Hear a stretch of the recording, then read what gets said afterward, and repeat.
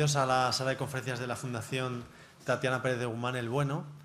Y hoy retomamos, después del paréntesis navideño, en nuestro ciclo sobre ecología humana. Como saben ustedes, nuestra fundación, uno de sus principales campos de actuación es el medio ambiente y por ello también nos gusta reflexionar sobre las cuestiones acerca del papel del hombre y la naturaleza. Llevamos 2 cursos teniendo estas charlas en las que tenemos una aproximación más antropológica, temas más desde el punto de vista de quién es el hombre, cuál es su papel en la naturaleza y también cómo influye en todo esto la tecnología, de lo que hoy hablaremos también mucho. El tema de hoy lo hemos titulado Los desafíos éticos de la biotecnología y el proyecto transhumanista. Yo creo que a muchos de ustedes les ha sonado un poco extraño. Alguno me ha comentado, bueno, ¿qué es esto del transhumanismo? Etcétera, ¿no? Yo creo que es una oportunidad ideal hoy para enterarse, para comprender bien estas cuestiones, pero por resumirles muy brevemente, es simplemente que queríamos preguntarle a Elena Postigo cuál es el futuro del ser humano. Con todos estos avances que está habiendo de la tecnología aplicada ya al propio ser humano, ya no solamente la tecnología que nosotros usamos, ¿no? Pues para hacer otras cosas, el ordenador, etcétera, sino cómo toda esa tecnología aplicada al ser humano está cambiando al propio ser humano, hasta qué punto lo está haciendo, y todo eso con la genética está también teniendo unas posibilidades impresionantes. Pero si ya encima vamos a los campos de la inteligencia artificial y la posibilidad de que eso a algún momento tenga visos de una cierta singularidad, como algunos dicen, bueno, todo esto es un panorama que parece un poco de ciencia ficción, pero cuando ves los periódicos cada vez es menos de ciencia ficción. Por eso todos estos cambios tan importantes en el ser humano hay que planteárselos, hay que pensar sobre ellos y hay que tener en cuenta la dimensión ética. Es decir, todo esto que está sucediendo o que puede suceder, ¿qué entraña? ¿Qué peligros? ¿Qué oportunidades? ¿Qué cosas positivas? ¿Qué cosas menos positivas? Bueno, pues para todo ello hemos invitado a Elena Postigo. Elena Postigo es licenciada en Filosofía por la Universidad de Sacro Cuore de Milán y es doctora en bioética también por la misma universidad en Roma. Ella es una gran experta en bioética. Su acercamiento a estos temas viene desde esa disciplina. Actualmente es profesora de la Universidad Francisco de Vitoria y es muy interesante, igual luego sale a lo largo de su intervención, en sus estancias en Oxford, donde ella ha podido trabajar mano a mano con el foco cultural de la corriente transhumanista, que no quiero explicar lo que es porque ella lo va a hacer mucho mejor, que está dando pues, una serie de propuestas de hacia dónde tiene que ir el ser humano, interesantes, polémicas, lo dejo ahí. Y ella, digamos, es conocedora de primera mano pues, de esta corriente de pensamiento y de los principales intelectuales que la están promoviendo a través de la Universidad de Oxford y luego también pues, en ese otro foco que hay en Silicon Valley, que también es el otro centro donde se está reflexionando sobre eso, donde se está haciendo una serie de propuestas también interesantes que seguramente saldrán a través de instituciones como la Universidad de la Singularidad, etcétera. Bueno, para hablar de ello ya ven que no podíamos traer una persona mejor, porque junta pues, su experiencia de esta escuela de pensamiento con una reflexión desde la filosofía y desde la bioética, ¿no? De cómo nos afecta a nosotros, cómo nos puede afectar o a nuestros hijos, a nuestros nietos, pues todos estos cambios tan importantes. Así que nada más, les dejo con Elena y como siempre, al finalizar su exposición, que es más bien una charla, va a ser de una media hora, 40 minutos aproximadamente. Luego habrá un turno de preguntas para todas las dudas que quieran. Así que nada más, muchísimas gracias. Bueno, pues buenas tardes a todos. Muchísimas gracias, en primer lugar, a la Fundación Tatiana Pérez de Guzmán, que me ha invitado a mantener este seminario, coloquio sobre transhumanismo y los desafíos éticos que la biotecnología nos plantea, y en particular a Álvaro Matuz, que me ha cursado la invitación. Nos conocemos ya desde hace algunos años. tienen esta fundación. Yo creo que tiene el mérito, ¿no?, de haber puesto el foco sobre esta corriente desde hace ya, ¿cuándo hicimos ese curso de verano? Hace ya 3 años, ¿no? 3 años. Y desde entonces pues se han publicado varias cosas en esta área y estoy encantada de colaborar con vosotros. O sea que muchísimas gracias y también a todos los presentes.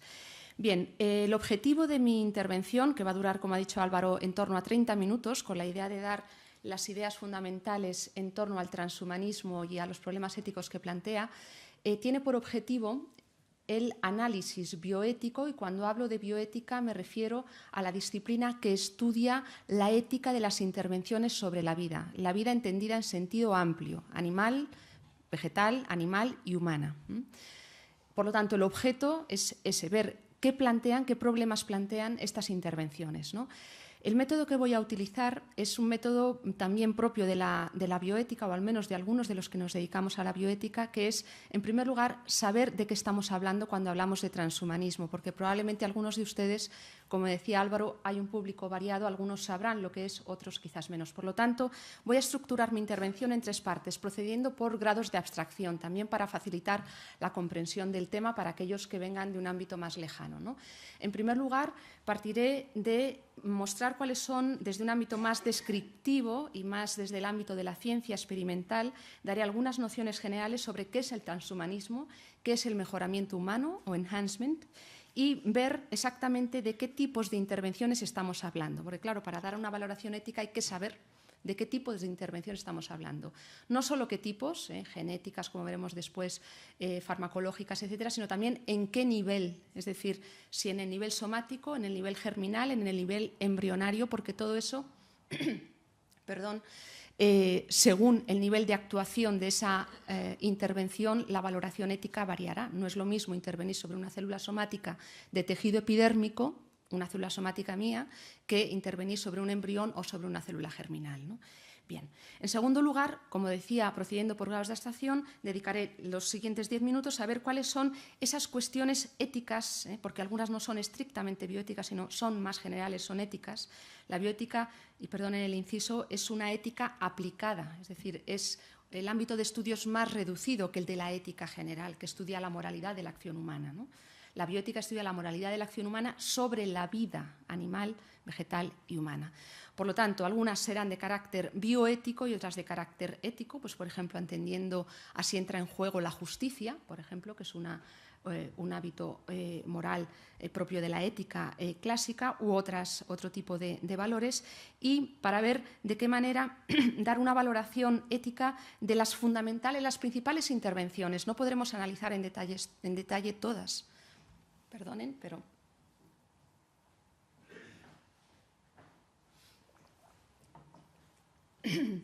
Y también seguramente me dejaré algunas en el tintero, porque no podré en 30 minutos abordarlas todas. También, por si alguno tiene alguna consulta particular sobre una determinada intervención, podemos analizarla posteriormente. Para ver de qué manera, ese segundo punto, cuáles son las cuestiones bioéticas inherentes a estas intervenciones mencionadas, tanto para la generación actual como para las generaciones futuras. Esto es muy importante. La bioética introduce una variable que hasta ahora la ética tradicional no tenía, y es ese tipo de intervenciones pueden tener consecuencias a veces severas, graves, para las generaciones futuras. Pensemos, por ejemplo, por poner un ejemplo muy concreto, intervenir la edición genética de un embrión humano, ¿no?, o de una célula de un gameto. Claramente eso tiene consecuencias en su descendencia, y variar ese patrimonio genético puede tener consecuencias en la descendencia. Eso es muy importante considerarlo en bioética, es decir, el radio de acción de la bioética se amplía, y por tanto se amplía también la responsabilidad y la precaución, la prudencia, ¿no? Y en tercer lugar, ya ampliando el foco, siempre procediendo por grados de abstracción, haré algunas consideraciones de carácter filosófico más amplias, es decir, hablando de filosofía primera, filosofía última, según por donde lo queramos ver, cuestiones más de fondo que plantea esta corriente, que creo que son relevantes. Son, en el fondo, las que a mí, en el primer momento en el que entré en contacto con esta corriente, en el año 2006, en la primera estancia que realicé en Oxford, y con la cual, de forma fortuita, entré en un seminario de Nick Bostrom y llegué a conocimiento de esta corriente, son las que se suscitaron en mi cabeza y son las que siempre permanecen en el fondo de la reflexión que quiero hacer, ¿vale? Por tanto, esos 3 niveles. Yendo con el primero, vamos a ver qué es el transhumanismo ¿En qué se diferencia del mejoramiento humano y en qué se diferencian estos de la terapia tradicional? Porque claro, aquí hay médicos en la sala, uno dice, ¿qué tiene que ver todo esto con la medicina, con la terapia? Vamos a intentar definir transhumanismo, mejoramiento humano y terapia para después descender al tipo de intervenciones que realiza o que plantea el transhumanismo. En primer lugar, entendemos por transhumanismo, y es una definición de Nick Bostrom, el presidente a día de hoy de la Asociación Transhumanista Mundial y al mismo tiempo director del Centro para el Futuro de la Humanidad de la Universidad de Oxford, lo define así. Es un movimiento cultural, intelectual y científico que afirma el deber moral de mejorar las capacidades físicas y cognitivas, psíquicas de la especie humana y de aplicar al hombre las nuevas tecnologías para que se puedan eliminar aspectos no deseados, como son, por ejemplo, el sufrimiento, la enfermedad, el envejecimiento e incluso, afirma, la condición mortal. Cierro la cita. Esto es el transhumanismo. Por tanto, estamos hablando de una corriente, algunos dicen que es un paradigma interpretativo, un paradigma cultural, social, en el que intervienen personas del ámbito de la ciencia, médicos, biólogos, físicos, biotecnólogos, etcétera, farmacéuticos, personas del ámbito de la filosofía, de la economía, del derecho, por supuesto, hombres de cultura y de ciencia, cuya finalidad es alterar, mejorar la naturaleza humana y alargar su existencia. Ese es el fin último del transhumanismo. ¿Y cómo se llevaría a cabo esta idea, ¿no? Este objetivo que se plantea el transhumanismo? Y aquí ya descendemos un poco al nivel práctico. En primer lugar, mediante la eugenesia embrionaria y prenatal. Es decir, vamos a aspirar a una sociedad de hombres, personas más perfectas y, por tanto, vamos a mejorar aspectos del embrión humano, en primer lugar, a eliminar las enfermedades y a veces incluso eliminar a los embriones enfermos, es decir, no solamente la enfermedad, erradicar la enfermedad, sino al portador de la enfermedad, lo que conlleva, como veremos después, problemas de carácter ético o bioético, y plantea también una cuestión de eugenesia, ¿no? Seleccionar a los mejores y eliminar a los enfermos. En segundo lugar, mediante nanotecnología molecular aplicada al cerebro, microchips que potencien capacidades humanas, por ejemplo, la vista, la capacidad auditiva, cosas que ya existen y que algunas de ellas tienen una finalidad estrictamente terapéutica, pero aquí estamos hablando de una ampliación de esa capacidad, es decir, por ejemplo, ver en la noche, oír ultrasonidos, como por ejemplo ya oye que lleva, ¿cómo se llama que lleva incorporada la antena detrás, el primer, exacto, es decir, Neil Harrison, él ya escucha sonidos de otras, digamos que no escucha un oído normal, todo eso, amplificar la capacidad auditiva, visual, etcétera, así como la resistencia cardiovascular, la memoria, etcétera. En tercer lugar, fármacos que controlen el bienestar emocional. Estamos hablando, igual que hoy en día se utilizan los antidepresivos, utilizar sustancias o píldoras de la personalidad, vamos a decir nuevas drogas en sentido drugs, en sentido digamos inglés, es decir, sustancias que modifiquen la personalidad, que nos hagan superar la timidez, que incremente la creatividad o la capacidad emocional, como podría ser una anfetamina, ¿no? O algo parecido al doping actual. Es decir, hacer uso de la farmacología para alterar el control, digamos, de los centros de control y de los neurotransmisores. En tercer lugar, plantean la ampliación de la expectativa de vida utilizando terapias genéticas o métodos biológicos que bloqueen o ralenticen el envejecimiento celular.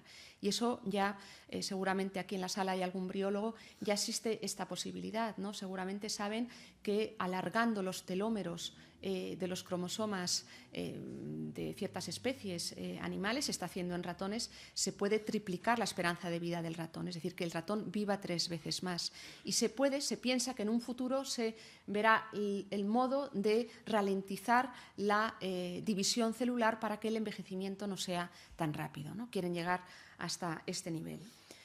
También mediante la criogenización y reanimación de pacientes o personas ya fallecidas que se mantendrán en suspensión criogénica, después si quieren en el coloquio puedo extender un poco más sobre esto, de manera que se vitrifica, por así decir, su cuerpo, con ciertos límites, hablando de vitrificación no es tan sencillo, con la esperanza de que un día se pueda reanimar a ese organismo y devolverle la condición, digamos, de vida, ¿no?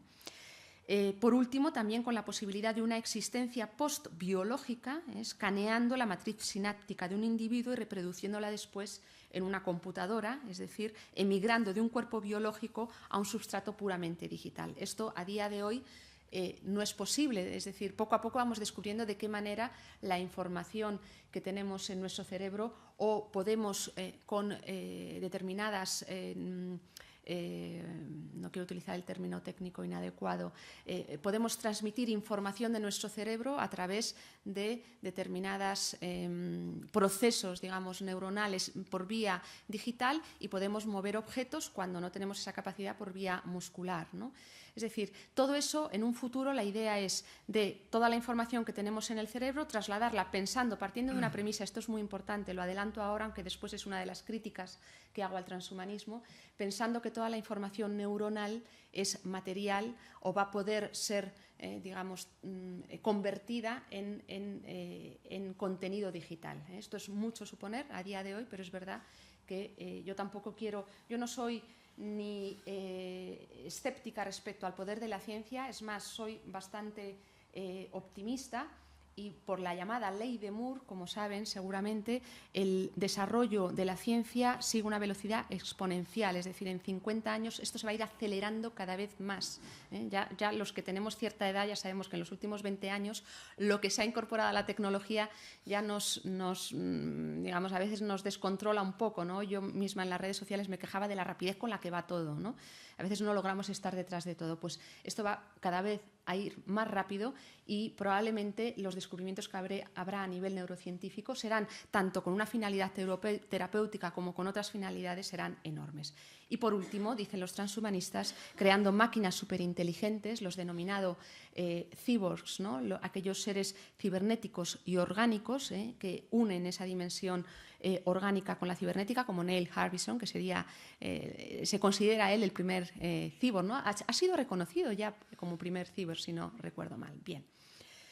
Aunque eso puede ser, según lo que entendamos por un cyborg, ¿no? Puede ser bastante cuestionable. Bien, esto es lo que es el transhumanismo y de qué manera quieren realizarlo. Vamos ahora a estudiar brevemente una derivada del transhumanismo, que es el mejoramiento humano o enhancement, que por así decir plantea las premisas similares a las del transhumanismo, pero no quiere llegar a la radicalidad del transhumanismo, que quiere llegar a un transhumano. Es decir, estamos hablando de un ser que todavía es humano, pero que supera con creces las capacidades de un humano, tanto a nivel físico como psíquico. Por lo tanto, estamos hablando de un ser humano, de origen humano, pero con capacidades, por así decir, extra, ¿no? Su objetivo, el de los transhumanistas, es el de llegar a un posthumano, es decir, llegar a un ser notoriamente distinto, que ya no pueda ser considerado como humano, ¿no?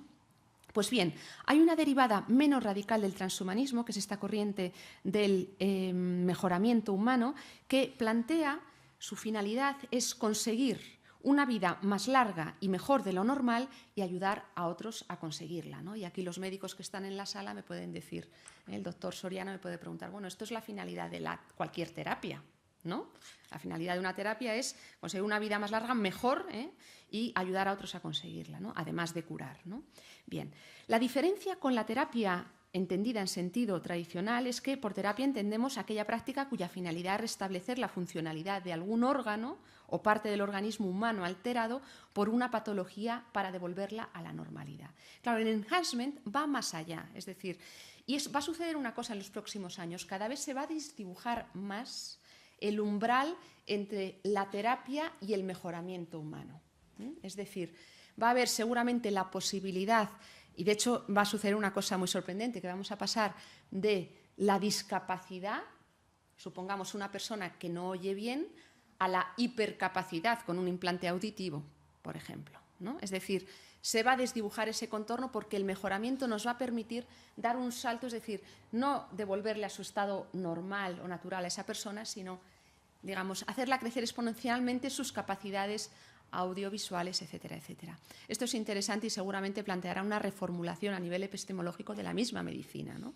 Pero bueno, volviendo al mejoramiento humano, esta definición que he dado es de Julian Savulescu, que es también el representante de la Universidad de Oxford de esta corriente, un utilitarista, por cierto, alumno de Peter Singer, que seguramente habrán oído hablar de él, que es un profesor australiano afincado en Princeton, en Estados Unidos, que en bioética es muy conocido, bueno, es alumno suyo. Alguna otra definición del mejoramiento sería: la mejora humana en sentido tecnológico sería toda aquella intervención cuya finalidad es mejorar las condiciones físicas, cognitivas e incluso morales de un individuo humano. Es decir, sin llegar a la radicalidad del transhumano, pero mejorar nuestras capacidades, ¿no? ¿Quién no quiere de esta sala? Recuerdo al final de un seminario de Nick Bostrom que él lo preguntaba: ¿quién no quiere de esta sala potenciar sus capacidades? Es decir, correr más rápido, respirar mejor, oír mejor, ver mejor. Pues yo me pongo gafas para ver mejor, porque si no, no veo ni torta desde hace unos años. Y como esto, pues va a haber la posibilidad de incorporar a nuestro organismo, mediante la biotecnología, ciertas digamos, objetos, microchips, etcétera, o ingerir sustancias que nos permitan mejorar esas capacidades. Bueno, de esa manera, el mejoramiento, ¿cómo se plantea? Pues se plantea en ámbito genético, mejorar nuestra descendencia. Aquí Julian Savulescu, este autor, habla de una expresión que a mí me llama la atención, que es lo que él llama la beneficencia procreativa, es decir, tener los mejores niños posibles mediante el diagnóstico prenatal, el screening genético, la ingeniería genética y la alteración de su patrimonio genético. Esto ya es posible hacerlo, máxime con la introducción de la técnica del CRISPR-Cas9 de edición genética, ¿no? Donde probablemente en los próximos años vamos a ver un avance en todo esto impresionante, ¿no?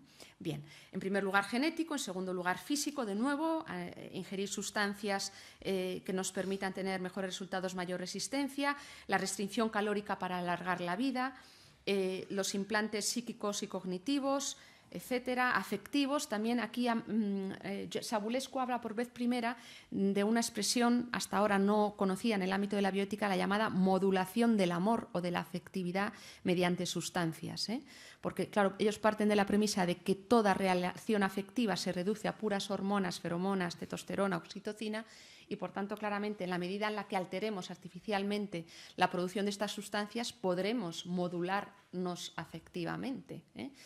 Savulescu decía una vez, dice, si tú tienes algún problema con tu mujer, tienes un problema de afectividad, pues te tomas oxitocina, te das un chute de oxitocina y eso probablemente mejorará tu capacidad afectiva, ¿no? O bien también habla del mejoramiento moral. El mejoramiento moral, pero no piensen que es, digamos, hablando... El mejoramiento moral en sentido clásico o el perfeccionamiento moral se entendía el perfeccionamiento de los hábitos morales, es decir, uno cómo se hace justo mediante actos de justicia, uno cómo se hace prudente siendo prudente. Aquí estamos hablando de un cambio radical en el modo de entender ese mejoramiento moral, porque, por ejemplo, hablan de una reducción de la agresividad mediante la ingesta de sustancias. Hay experimentos ya con ratones donde se ha visto cómo la agresividad del ratón se puede ver, se disminuye con una determinada sustancia que se le da al ratón, ¿no? Bueno, imagínense todo esto, pues podríamos ir a la farmacia a comprar píldoras para la agresividad. Bueno, uno dice, no está tan lejos, porque la farmacia se va a comprar píldoras para la depresión, el Ritalin para el niño hiperactivo, etcétera, etcétera. Es decir, todo esto ya lo tenemos incorporado a nuestra farmacopea y esto probablemente va a ampliarse en las próximas décadas, ¿no? Bien. Paso a la segunda parte. ¿Qué problemas No, perdón, segunda parte no.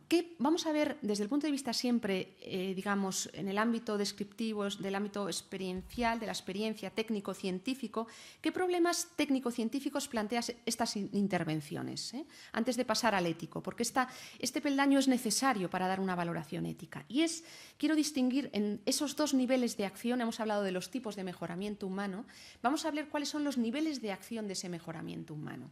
Primero, se puede intervenir, antes lo he adelantado, ¿no? Bien sobre la línea germinal, es decir, sobre los gametos de un individuo, alterando mis gametos, mis óvulos o un espermatozoide, y fecundando seres humanos con esos gametos alterados, obtenemos un embrión humano alterado. Por lo tanto, estamos hablando la línea germinal, o bien la línea embrionaria, pensemos en un embrión unicelular o bicelular en el que le alargamos los telómeros para alargar su expectativa de vida, por ejemplo. Esto a día de hoy, bueno, es lo que se está haciendo con ratones, de hecho, ¿no? Para triplicar su esperanza de vida. O bien en la línea somática, lo que plantearía menos problemas, digamos, los problemas propios de cualquier experimentación clínica o preclínica, ¿no? Que están regulados ya ampliamente, ¿no? Bien, esos serían dos niveles de acción muy importantes que plantearían claramente problemas éticos en mayor o menor grado. Bien, hay que decir que gran parte de las intervenciones de las que estos autores hablan no han sido probadas sobre humanos, la mayor parte han sido probadas solo sobre modelos animales y que ya en modelo animal han planteado problemas como es, por ejemplo, el alargamiento de los telómeros. En ratones se ha visto cómo está generando tumores, tiene un alto poder teratogénico al no conocer digamos, el proceso de diferenciación celular, no es posible controlarlo y estas células degeneran en tumores. Lo que a día de hoy no plantea, esto se lo oí decir a María Blanco, que es la directora del CENIO, que justamente está haciendo este tipo de experimentos, ¿no? Y ha salido en muchas revistas últimamente, no revistas científicas, también revistas de divulgación, diciendo como sí, podremos vivir más, ¿no? Pero a día de hoy esto se ha hecho sobre ratones y siempre generan tumores, es decir, no se ha pasado todavía al modelo humano, ¿no?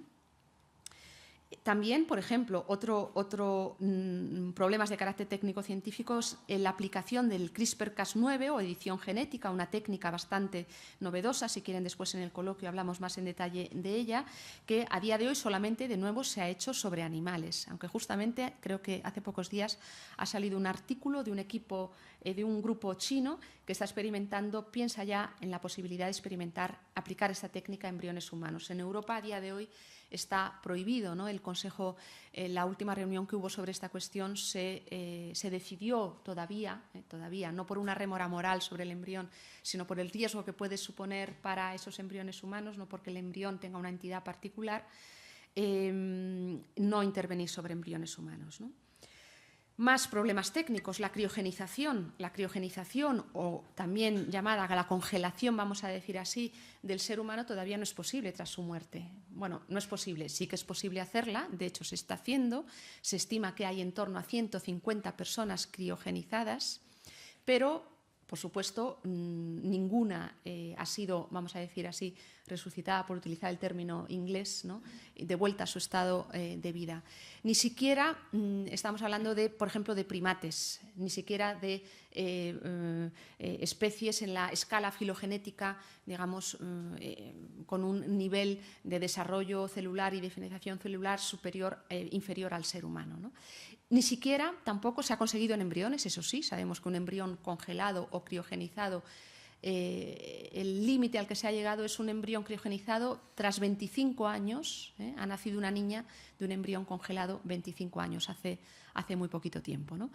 En España la ley solo permite, creo que son 8 años, si no recuerdo mal, no me quiero equivocar, ¿no? Bien, lo que quiero decir es que el proceso de vitrificación al que se somete un organismo tras la muerte, organismo, digo ser humano u órgano, vamos a pensar por ejemplo en un hígado, todavía desconocemos exactamente cuáles son, qué es lo que pasa ahí. De hecho, en el momento en el que se descongela ese órgano o ese organismo, pues se descongela y está muerto. Es decir, todavía estamos lejos de controlar, están lejos de controlar ese proceso de vitrificación y desvitrificación.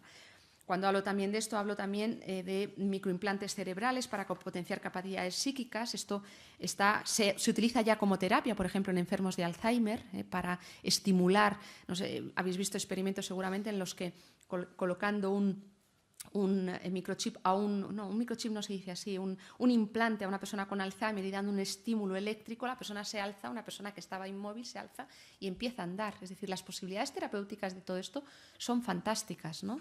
Pero claramente todo eso se va a utilizar también con una finalidad mejorativa y plantea problemas no solo de rechazo a la nanotecnología, que esos pueden ser soslayados, sino también otros tipos de problemas, como veremos después, por ejemplo, el control de la libertad de las personas, ¿no? Bien, todo esto nos llevará claramente con el pasar del tiempo a una hipermedicalización cada vez mayor, ¿no? Y también a la posibilidad de crear, aunque ya esto no tiene que ver estrictamente con el transhumanismo, la posibilidad de crear úteros artificiales, es decir, alterar completamente los cauces de reproducción natural, ¿no? Bien, pasamos al segundo aspecto, que son las cuestiones éticas y bioéticas.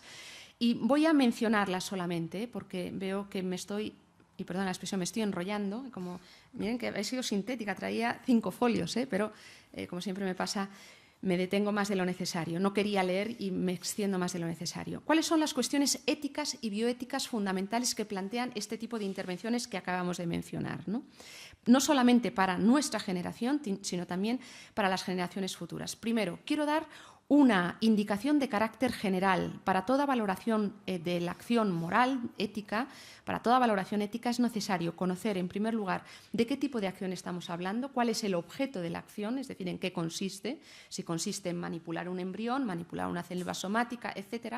Tenemos que hablar de la intención o finalidad de la acción, es decir, si esta es curar al paciente o curar a otros o sencillamente alterarlo por probar, etc. Y también hay que ver las circunstancias en las que se da esa determinada acción, los medios y las circunstancias. Por medios y circunstancias entiendo también, por ejemplo, las consecuencias previsibles, que son importantes en cuestiones de bioética. Y aquí voy a tratar fundamentalmente de 4 aspectos. En primer lugar, habría que ver de qué manera estas intervenciones afectan a la integridad física, a la vida o a la salud de las personas, ¿no? Tanto a nivel embrionario como a nivel, y aquí no me puedo detener más y me van a disculpar, si quieren después podemos entrar más en profundidad, o bien de una persona ya desarrollada o adulta.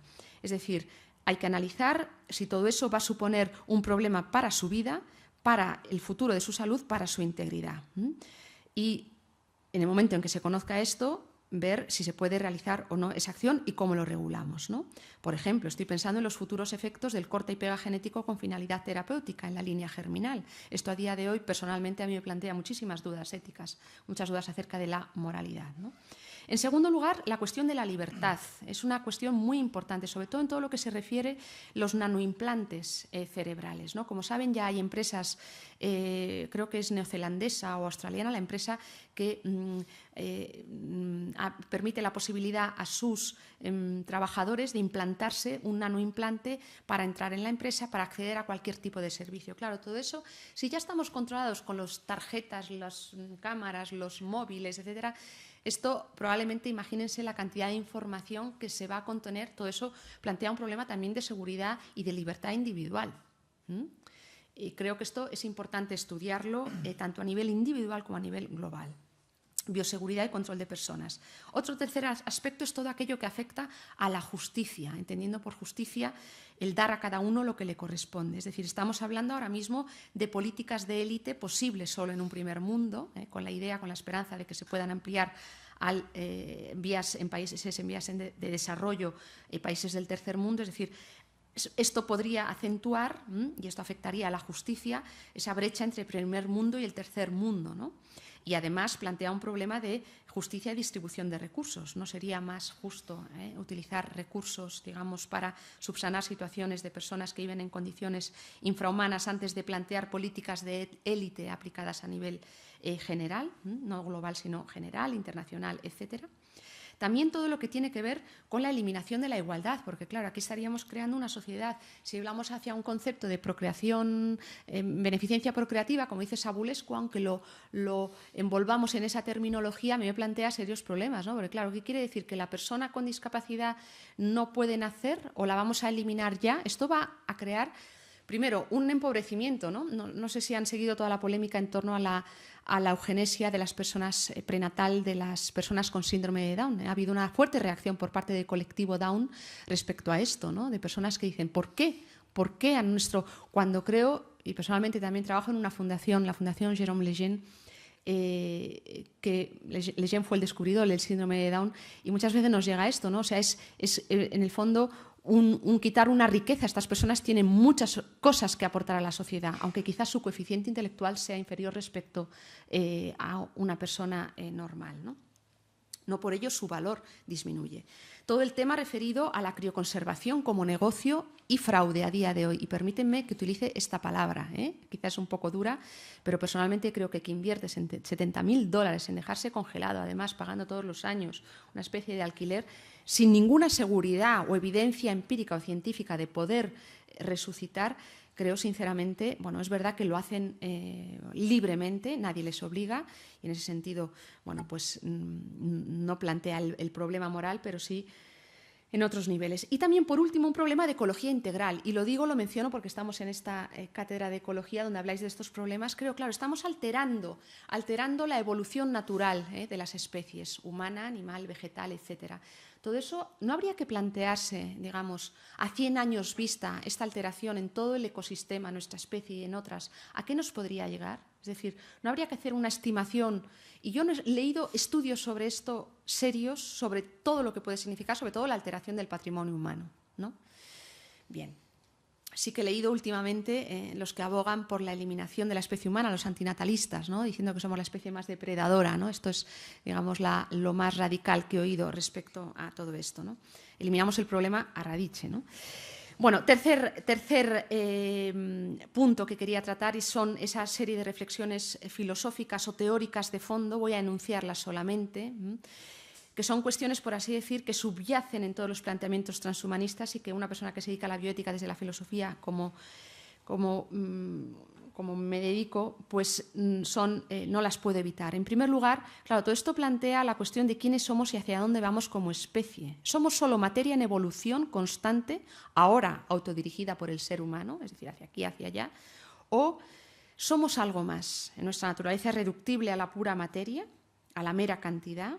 A genes y neuronas, como dicen estos autores, no lo he dicho, pero son en su gran mayoría materialistas y utilitaristas y por tanto parten de una premisa de una reducción de la naturaleza o del ser humano a sus aspectos meramente cuantificables. ¿Qué significa ser perfectos o ser perfectos o ser mejores? ¿Soy yo mejor que una persona con un coeficiente intelectual de 70? Por supuesto que no, ¿eh? Es decir, ¿qué es lo que nos hace mejores? ¿Qué entendemos por ser mejor? ¿Ser solo mejor en plano biológico? Por supuesto que no, sino en el plano integral, incluido el ámbito, por así decir, moral de la persona, ¿no? Es decir, ha habido un olvido de un horizonte último del ser humano, ¿no? Para estos autores el ser feliz a veces consiste en la perfección biofísica y psíquica, cuando tenemos muchas veces la prueba de que las personas perfectas físicamente no son muy felices y viceversa. Personas que son supuestamente imperfectas son felicísimas, ¿no? Segunda pregunta, ¿tenemos la obligación moral de mejorar al ser humano y expandir sus capacidades físicas y psíquicas o solo de proporcionarle una vida lo mejor posible? Estos autores hablan de la obligatoriedad moral de mejorar al ser humano. Yo, personalmente, siento la obligatoriedad moral de hacer mejor la vida de las personas quizás que tengo a mi cargo, familia, estudiantes, amigos, etcétera, mejorar sus vidas, pero mejorarlas con todos los medios a mi alcance. ¿O un médico debería tener esta obligación moral, además de curar, cuidar, mejorar? Sí que es verdad que se dice mejorar la calidad de vida del paciente, ¿no? Pero solamente entendida tal y como lo entienden estos autores. Otra cuestión que plantean de gran calado y amplitud es toda la cuestión relativa a la naturaleza humana, lo he dicho antes, entendida solamente como conexiones neuronales y genes y neuronas, y que personalmente es sobre un aspecto en el que he investigado más en los últimos años. Yo creo que a día de hoy el concepto de naturaleza clásico ha desaparecido, aunque algunos todavía apostamos por un reivindicar, quizás actualizarlo en sus categorías, en un lenguaje contemporáneo, pero recuperar esa categoría entendida por physis, ¿no? Por aquello que nos hace ser lo que somos, ¿no? A un concepto de naturaleza líquida, transformable. Y fíjense, transformable ya no solo dentro de los límites de nuestra naturaleza humana, sino también de otras especies. Se habla ya de querer ser león y querer ser serpiente o querer ser elfo y, por tanto, realizar todas las operaciones posibles para ser elfo. Esto no es una locura, estamos hablando de una persona, un argentino, un joven argentino de 25 años que se ha sometido a 50 operaciones porque él se siente elfo y quiere transformarse en elfo. Es decir, estamos, digamos, desbordando los límites de la naturaleza de lo dado para ir hacia otra cosa completamente distinta. Esto plantea también problemas de orden filosófico, ético, etcétera.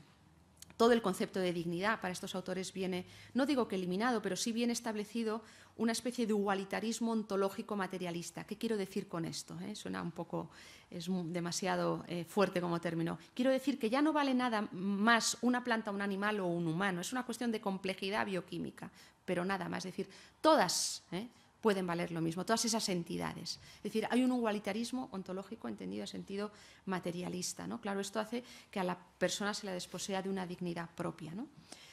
creen en una utopía del progreso ilimitado de la ciencia. ¿Quién establece los límites de las mejoras tecnológicas? ¿Los científicos, el Estado, el individuo concreto? Todo esto plantea el riesgo de un poder tecnocientífico y una consiguiente desigualdad. Toda la cuestión relativa a la inmortalidad o, como ellos llaman, prefieren no hablar de inmortalidad, sino de inmortalismo. Ellos dicen que queremos vivir indefinidamente sobre esta tierra, como alargando la existencia, alterando nuestro patrimonio genético, haciendo que digamos, se perpetúe nuestra existencia, ¿no? Lo llaman inmortalismo. A día de hoy eso es un hecho que desde la época medieval a nuestros días vivimos más y seguramente en 100 años, no sé, ¿habremos duplicado la esperanza de vida? Puede ser. Puede ser, yo no lo excluyo. Yo para esto no soy... Es decir, lo que pueda es verosímil, no es absurdo ni contradictorio. Podría suceder. Ahora, ¿bajo qué condiciones? ¿Y qué supone para llegar a eso? ¿Sobre quién tenemos que experimentar? O sea, como ven, hay multitud de preguntas de carácter filosófico que están en ese horizonte y que no podemos olvidar. El ser humano no es solamente, digamos, esos aspectos meramente cuantificables. Bueno, a modo de conclusión, porque ya llevo hablando media hora, quiero decir que, como ven, el transhumanismo, esta corriente tanto en sentido estricto como la derivada del enhancement o mejoramiento humano, plantea innumerables cuestiones de orden ético, plantea cuestiones de orden filosófico, antropológico, y de carácter ecológico, económico, por supuesto demográfico, porque imagínense un planeta en el que vivamos todos 200 años, ¿no? Etcétera. Y creo que no ha sido abordada suficientemente en detalle. ¿Qué es lo que propongo? Creo que es importante, por concluir de alguna manera, a día de hoy ir estudiando cada una de estas cuestiones en detalle, prever algunas futuras y realizar una teoría antropológica y ética que muestre cómo algunas de estas planteadas en su radicalidad, en este enhancement radical, pueden llevar, personalmente así lo pienso, a una deshumanización del ser humano, a perder lo que es propiamente humano. Y creo, con esto sin llegar ni el catastrofismo ni el bioconservativismo de no mover nada de lo que somos, creo que habrá que valorar cada una de las intervenciones, ¿no? Si en un futuro, yo creo que no llegaré a verlo, pero a mí me plantearan ponerme un microchip o cambiarme el corazón para vivir un poco más porque tengo las arterias atrofiadas, porque me encanta el embutido, pues probablemente diré que sí, que estupendo y para adelante. Y eso no plantearía problemas éticos más que los propios de la intervención, etcétera, etcétera. Es decir, creo que hay que valorar cada acción. Esto es muy importante, no en sentido genérico, sino cada una de ellas. Bueno, y muchísimas gracias por su atención. Estoy a su disposición para las preguntas que quieran hacer.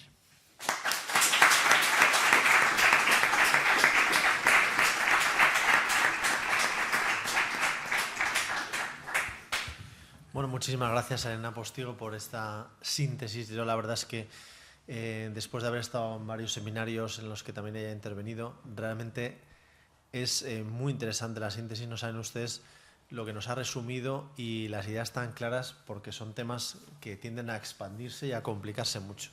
Así que le agradezco mucho el esfuerzo que ha hecho de prepararse este resumen tan denso y creo que a la vez tan claro, ¿no? Creo que has abierto muchísimos temas, algunos suenan un poco a ciencia ficción, algunos incluso nos han hecho sonreír y otros en cambio a lo mejor nos han hecho un poco temblar, ¿no?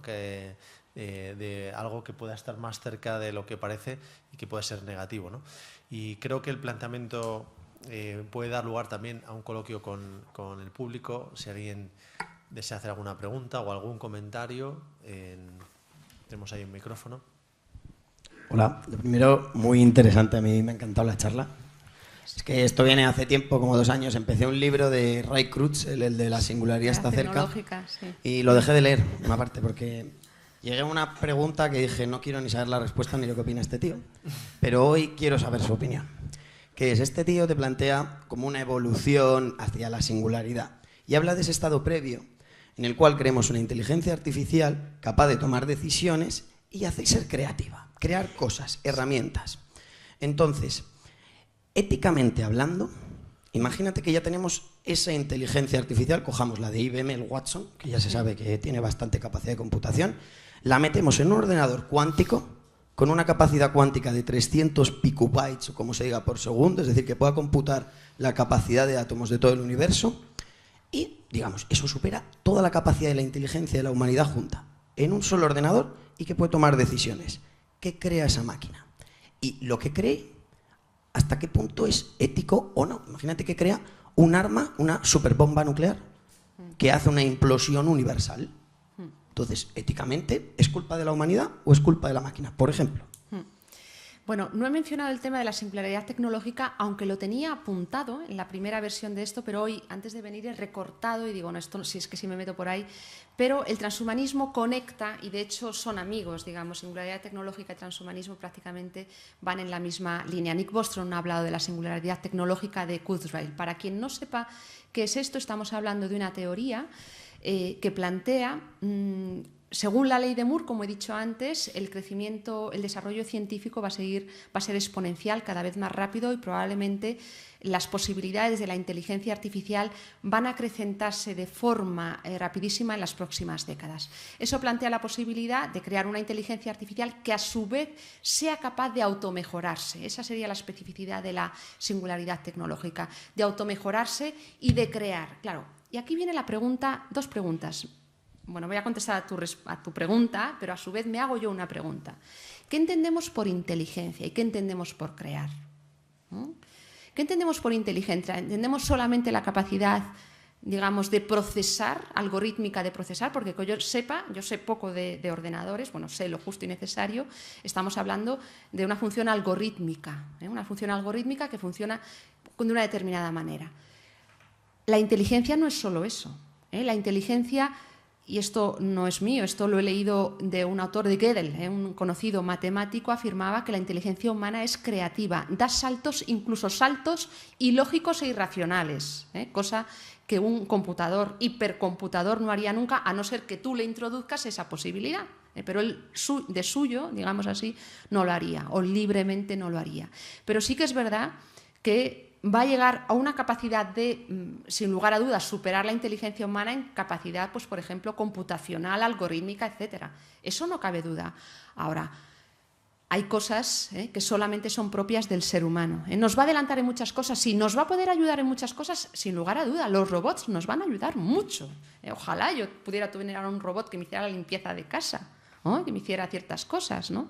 Es decir, no hay que tener miedo a eso, Lo que sí que la pregunta que has planteado es una pregunta pertinente, efectivamente, es ¿qué poder daríamos a esa inteligencia artificial? ¿Qué poder le damos? Un poder, pues eso, de tomar decisiones respecto al resto de los seres humanos.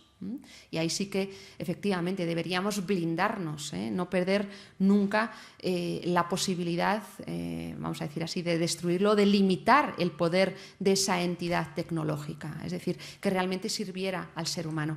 Pero no es propiamente una inteligencia, es una superinteligencia en sentido figurado, no en sentido real. Sí que da temor, porque imagínense que eso está en manos de un ser humano malo, no ya solo una máquina, por así decir, capaz de hacer el mal, sino que se utiliza por parte de los hombres para hacer el mal. Puede ser brutal el poder. Y creo que esto efectivamente es un desarrollo de la singularidad tecnológica que no está hecho sobre sus posibles límites en el caso de que se desarrolle, utilidades y límites, es decir, puntos fuertes y puntos débiles que habría que desarrollar conforme a un principio de precaución y prudencia. Porque podría eliminar, podría cargarse el planeta, ¿no? Gracias.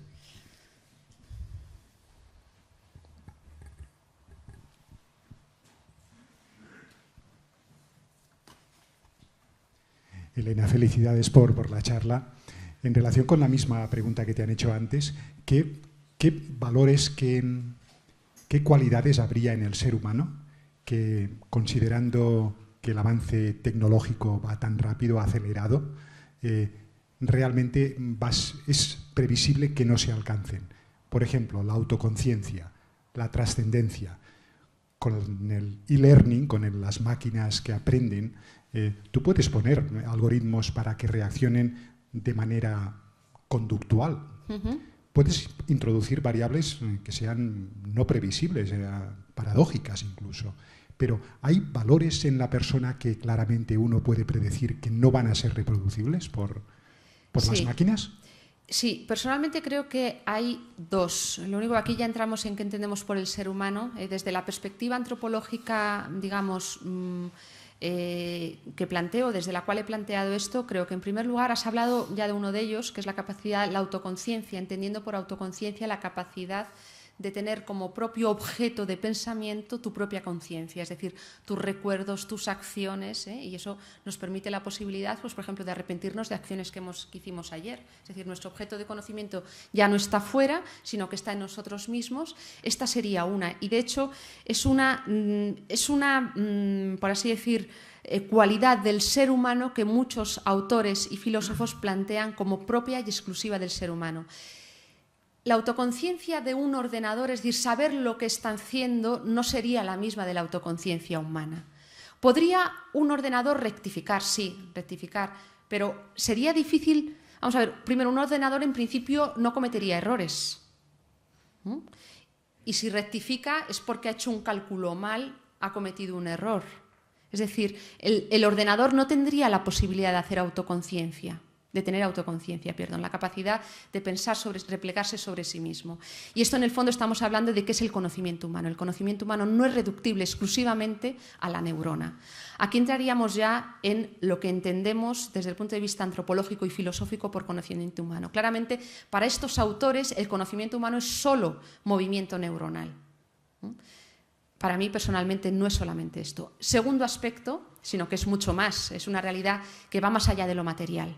Y segundo aspecto, la libertad, la capacidad de decidir incluso contra la propia tendencia natural. Es decir, nosotros somos capaces de hacer acciones incluso contradiciendo nuestros instintos. Aunque nos sintamos atraídos por algo, decir, no, yo no quiero hacer esto. La libertad, la capacidad de decidir no de forma condicionada. De nuevo, estos autores sostienen que el ser humano no es libre, está condicionado. Lo entiende desde una perspectiva materialista y, por tanto, determinista. Es decir, estamos hablando, y aquí, por hablar, poner las cartas sobre la mesa boca arriba, el planteamiento transhumanista y de Kurzweil reduce al ser humano a materia. Y, por tanto, sus premisas de autoconciencia y de libertad, o tal como la entienden, reducida a materia, movimiento neuronal, no es la misma que quienes la entendemos desde el ser humano no reductible a la materia. Has hablado, por último, de la capacidad de autotrascenderse, ¿no? ¿Qué entendemos por esto? Entendemos la capacidad de salir de uno mismo, de proyectar pensamientos, de crear, de ir más allá, incluso la existencia de entidades trascendentes, no reductibles a lo material, ¿no? Y esto, efectivamente, estos autores sostienen no hay posibilidad de trascendencia en estos autores, mientras que en la perspectiva antropológica no reduccionista planteamos la posibilidad de trascender y de una realidad no reductible a lo puramente material. Y aquí tú dices, Elena, ya, pero estás hablando un postulado que es la no inmaterialidad del ser humano que no has demostrado. Efectivamente, para eso necesitaríamos un curso entero de antropología. No sé si te he contestado, Vicente.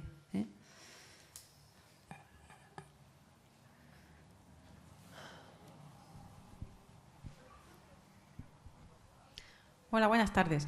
Yo que quería hacer una consulta respecto a todo lo que ha hablado de la criogenización. Perdón. ¿Es crionación o criogenización? ¿O criogenización.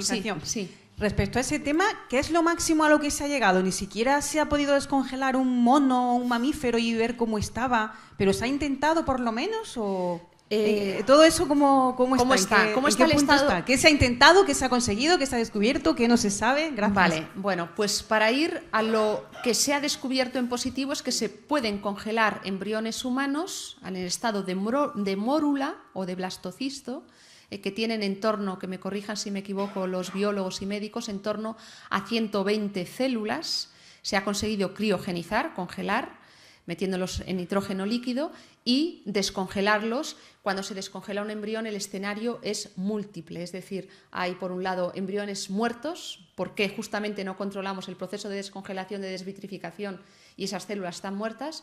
Bien, embriones enfermos, vamos a decir así, que no van a ser viables porque tienen alguna parte dañada, o bien embriones sanos que se implantan y dan lugar a niños, en principio, sanos. Digo en principio porque hay que seguir a esos niños epidemiológicamente durante mucho tiempo, y esto se ha visto en niños nacidos por fecundación in vitro, como hay estudios epidemiológicos que muestran cómo hay un aumento de ciertas patologías en niños nacidos con ICSI, un tipo de técnica especialmente invasiva. Creo que esto es muy interesante, ese seguimiento epidemiológico, porque claro, digamos, el niño nace, lo que no sabes es si va a desarrollar o tiene alguna patología respecto a un grupo, digamos, de niños nacidos por vía natural, ¿vale? Entonces, eso se ha conseguido en embriones. No se ha conseguido, por supuesto, resucitar a ningún ser humano adulto ya fallecido, ni siquiera desvitrificar un órgano como es un hígado de un ser humano, ni siquiera un gato, y hay gatos criogenizados, gente que ha criogenizado a su mascota. Es decir, estamos en la escala filogenética, creo que ni siquiera ratones. Es decir, están gusanos. Ah, pues gracias por el apunte, no lo sabía. Y de hecho se ha demostrado que conservan la memoria. Gusanos que conservan la memoria. Entrenado para oler la comida y irse por ciertos caminos. ¿Ah, sí? A esto no lo sabía y le agradezco. Tengo que decir que no soy experta en criogenización, no he seguido la beta, digamos, de ese tema, solo en lo que atañe al ser humano, que ese todavía no se ha conseguido. Pero efectivamente, y probablemente a medida que hay documentales en YouTube de Documentos TV sobre esto, sobre criogenización, donde salen, digamos, los a favor y los en contra, son muy interesantes. Si quieres verlos, ahí te da con grado de detalle. Los expertos en vitrificación creen que con el tiempo, cambiando el tipo de sustancias, vamos a conseguir mejores resultados.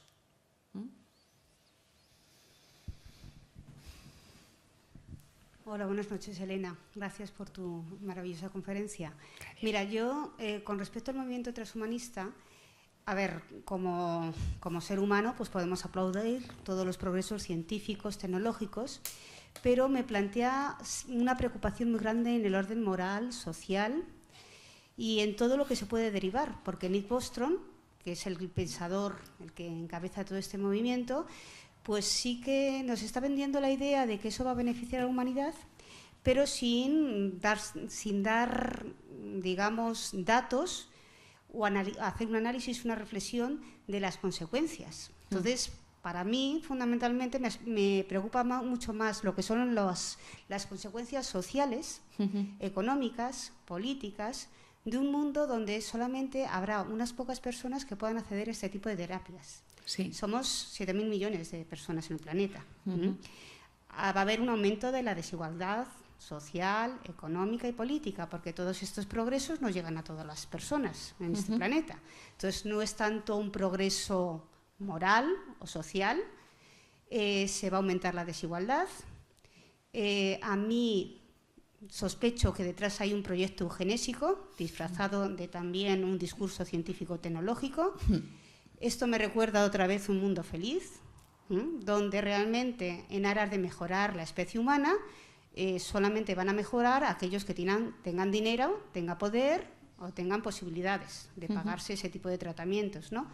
Entonces, a mí lo que más me preocupa de este movimiento no es que ya es imparable el progreso técnico, eso no lo vamos a poder parar, ni nadie va a rechazar y vivir otra vez en la época de las cavernas. Me preocupa un poco que la falta de esa base moral, social, económica, porque al fin y al cabo la ciencia, si se mercantiliza, acaba siempre en manos de los más poderosos, los que tienen más dinero, etcétera, etcétera. Entonces es un movimiento muy elitista que en el fondo está defendiendo cierta eugenesia, está defendiendo una desigualdad social y lo que está haciendo es, a base de mejorar y aprovechar todos estos adelantos y progresos técnicos, que el resto de la humanidad a lo mejor acabe esclavizada. O sea, otra vez volver a un mundo feliz. Entonces, a mí sí que me gustaría preguntarte si sabes si realmente a nivel gubernamental, a nivel político, a nivel económico, se tiene en cuenta comités de bioética y se tiene en cuenta que cada vez que se haga un adelanto haya un análisis y haya medidas que midan el impacto a nivel social y económico. Porque claro, si a mí me toca ser de la élite, pues estupendo, me aprovecho. Pero como me toque ser esclavo, pues a lo mejor padezco todas las consecuencias. Sí. Muchas gracias. Nada, gracias a ti por la reflexión, porque en el fondo has abundado sobre cosas que comparto, ¿no? Tengo delante 2 alumnas de un máster de bioética de hace algunos años, son alumnas, digamos, lo hicieron muy bien, ¿no? Y se ve claramente como el análisis que has hecho es perfecto, lo comparto completamente. Tengo que decir una cosa, yo soy crítica también con el transhumanismo, aunque quizás me intento mantener académicamente lo más equilibrada posible, pero se ha podido traslucir como soy crítica, ¿no? Sí que quiero lanzar una lanza a favor de Nick Bostrom, en el sentido, si tú entras en su página web para el futuro de la humanidad, este instituto que tienen en Oxford, justamente tienen ya bastantes artículos desde el punto de vista del impacto social, económico, para mí insuficientes, pero lo han tenido en consideración. Es decir, ¿por qué? Porque en los últimos años les han sido realizadas muchísimas críticas, algunas las han incorporado. Por ejemplo, este tipo de críticas, ¿no? Hacer un estudio y han incorporado economistas, han incorporado a demógrafos, etcétera, de qué impacto puede tener todo esto. Pero es que partimos de un principio eugenésico, como tú dices. Yo, personalmente, es el punto, para mí, el punto, digamos, de mayor gravedad bioética es este, el partir de una eugenesia, la eliminación de los, por así decir, de los imperfectos, ¿no? Y todo lo demás, pues, está por estudiar. Algo se ha estudiado, otra parte no. En los comités de ética que se estudia, pues estudian cuestiones concretas. A nivel global hay un comité de bioética en la UNESCO, pero no se ha planteado nunca la cuestión del transhumanismo, de estudiarla a fondo y de ver ese impacto, esa bioética global que supondría a nivel global todo esto. Y de hecho hay que hacerlo antes de implantarlo. Y el problema es que de facto se está implantando gradualmente, es decir, el mejoramiento humano ya está en curso. Es decir, esto es imparable. El problema es intentar llevar las riendas de todo esto para que realmente esté al servicio del ser humano, al servicio de la ciencia, del progreso de todos los seres humanos, entendiendo por progreso el desarrollo de la persona en sentido integral, no solamente en su aspecto biopsíquico, ¿no?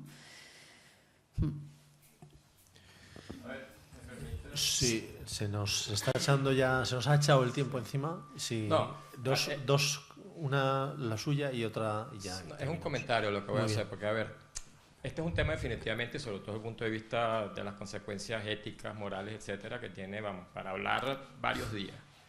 Ahora, yo tengo que decir, yo conozco, no desde hace mucho tiempo, yo estoy involucrado en el tema del transhumanismo desde hace como un año, conozco a quienes lideran este movimiento hoy en día. Por cierto, Nick Bostrom ciertamente fue uno de los fundadores de la World Transhumanist Association, pero es que esa organización ya no existe con ese nombre. Ahora se llama Humanity Plus. Humanity Plus, sí. Y la chairman de Humanity Plus es Natasha Vita-Moore, que está casada con Max Moore, que es uno de los que tiene un centro de criopreservación más grande del mundo. Ahora, de hecho, Nick Bostrom ya no forma... Él estuvo aquí en Madrid hace poco, sí, en unas charlas, y de hecho dio unas charlas y todo. Yo sí tengo que comentar algo. La gente que yo he conocido, yo estuve en el Congreso de Transvision, por ejemplo, 2017 en Bélgica, en Bruselas, son todas personas, vamos, muy, muy preparadas. El mismo Nick Bostrom lo es. Por supuesto, no lo he dicho, pero no cabe duda. Todos, vamos. Al mismo, por ejemplo, José Luis Cordeiro, que aquí en España ha tenido mucha polémica con algunas cosas que ha declarado, una persona también preparadísima, o sea, vamos, todos son o PhDs o tienen máster de todas clases, todos. O sea, yo te estoy diciendo que es increíble la formación. Y el propósito que ellos buscan es definitivamente mejorar la humanidad, mejorar la desigualdad, mejorar una cantidad de cosas. O sea, que al final no vaya a salir así, porque realmente a mí me preocupa un poco la transición. O sea, porque es verdad que no nos vamos a despertar estando todos mejorados o todos tal. No. Va a ser un proceso, entonces esa transición va a ser muy delicada. Pero también estoy convencido que dentro de 200, 300 años, la humanidad verá a los que estamos, digamos, formamos la sociedad de hoy y dirán, oye, imagínate tú, antes esta gente se moría a los 80 años y tenían guerras y tenían problemas energéticos y tenían problemas de alimentación porque no podían cultivar su... Todo eso seguramente se va a superar con la nanotecnología, con la biotecnología, de forma que ciertamente es algo que nos crea mucha ansiedad porque no sabemos por dónde va, no sabemos quién va a dirigir eso, no sabemos si esto cae en manos de gente mala, pero quienes lideran el movimiento son todas personas, créeme que se los puedo decir con toda confianza, que están abocadas a que esto salga bien. Tienen sus comités de ética, sus comités de todas estas cosas. En el ámbito de la inteligencia artificial también hay muchos comités buscando, porque es un peligro. De hecho, hay varias declaraciones de Elon Musk, de Bill Gates, de una preocupación de que esto no se nos vaya de las manos. Pero bueno, para ello se está reaccionando y creando comités que están vigilando porque estas cosas salgan bien. Bueno, pues ¿puedo decir una cosa? Claro que sí. Estoy de acuerdo en lo que acaba de decir. Primero, no he mencionado los títulos de Nick Bostrom porque, digamos, se me hacía muy largo, pero no he querido quitar ningún mérito al señor Bostrom. Estamos hablando de un catedrático sueco afincado 45 años, afincado en Inglaterra, en Oxford, que dirige el Centro para el Futuro de la Humanidad, hiper preparado desde el punto de vista intelectual. No me cabe la menor duda, en ningún momento he querido quitar mérito. Pero sí que quiero hacer una crítica, porque eso lo percibí en 2 estancias que hice en Oxford. De alguna manera ha sido el que desarrolló, digamos, la parte teórica del transhumanismo, porque el hecho, digamos, he estudiado sus escritos desde la génesis hasta que pasa después, digamos, él ya no preside Humanity Plus, ¿no? Pero adolece, y me voy a permitir una crítica, de formación filosófica para comprender y para hacerse preguntas de largo alcance. Es decir, es muy buen científico, experto en inteligencia artificial, como Anders Sandberg y todos los que están allí, pero personalmente creo que su perspectiva filosófica a veces es un poco carente. ¿Podemos entender la ética solo como el cálculo del daño posible que podemos hacer? Vale, ese es el utilitarismo, pero es que no es la única perspectiva ética. Personalmente no comparto esa perspectiva del transhumanismo. No se trata solo de hacer el máximo bien al máximo número de personas. Ya. El problema es que mientras tanto y haces ese bien, puedes ir eliminando a otras. Un momento, cautela. Entonces, no van a hacer burradas, desde luego, pero los que nos dedicamos a la bioética justamente tenemos que hacer ese análisis crítico en detalle de todo, de esa transición, como usted ha dicho, ¿no? Gracias de todas maneras por su intervención. Estaría convencido de que en Humanity Plus recibir contribuciones de filósofos, de gente pues, que tenga líneas de pensamiento en ese sentido, sería muy bien recibida, porque créanme que vamos, les preocupa muchísimo que esto salga y salga bien. Ya casi no nos queda tiempo. Una brevísima pregunta que había. Sí, gracias. Muchas gracias por su tiempo. Quería preguntar que, si bien es cierto que esto fomenta la desigualdad entre las personas que van a poder acceder a este tratamiento o las que no, pero dentro de los que están dispuestos a que les introduzcan estas mejoras, ¿de verdad están dispuestos a perder esas imperfecciones que las definen como en aras de una perfección unificadora? O sea, ¿de verdad están dispuestos? Sí. Sí, sí. Bueno, para ellos están dispuestos, o sea, se lo harían probablemente. Yo estoy segura de que ya muchos de ellos toman sustancias pues, que mejoran ciertas capacidades mnemónicas, etcétera. No plantea ningún problema. Alguno de ellos, no voy a decir el nombre, yo sé que está a favor del doping en el deporte, instaurarlo como una práctica, digamos, regulada, pero normal. Es decir, ellos probablemente lo ven, nunca lo he hablado en detalle con ellos, pero probablemente lo ven, eso no les quita individualidad o singularidad, es decir, ni los normaliza respecto a otros, es más, ahora mismo les diferencia, porque potencia sus capacidades. Creo que eso, bueno, es un problema, quizá un problema, no digo que menor, pero ahora no es el problema lo que a ellos les preocupa, ni mucho menos. Es que ya, lo siento, nos tenemos que ir. Solamente quería agradecerles a todos ustedes su asistencia. Por supuesto, a Elena, que ha sido un lujo contar con ella. Y les invito también a seguir en estos coloquios. El próximo mes el coloquio será sobre el futuro de la población, todos los temas de la demografía, el envejecimiento, etcétera. Y todos los que no hayan recibido la invitación por la Fundación pueden apuntarse también pues, para que les enviemos vía correo electrónico. Nada más, muchísimas gracias y que tengan muy buena tarde. Gracias.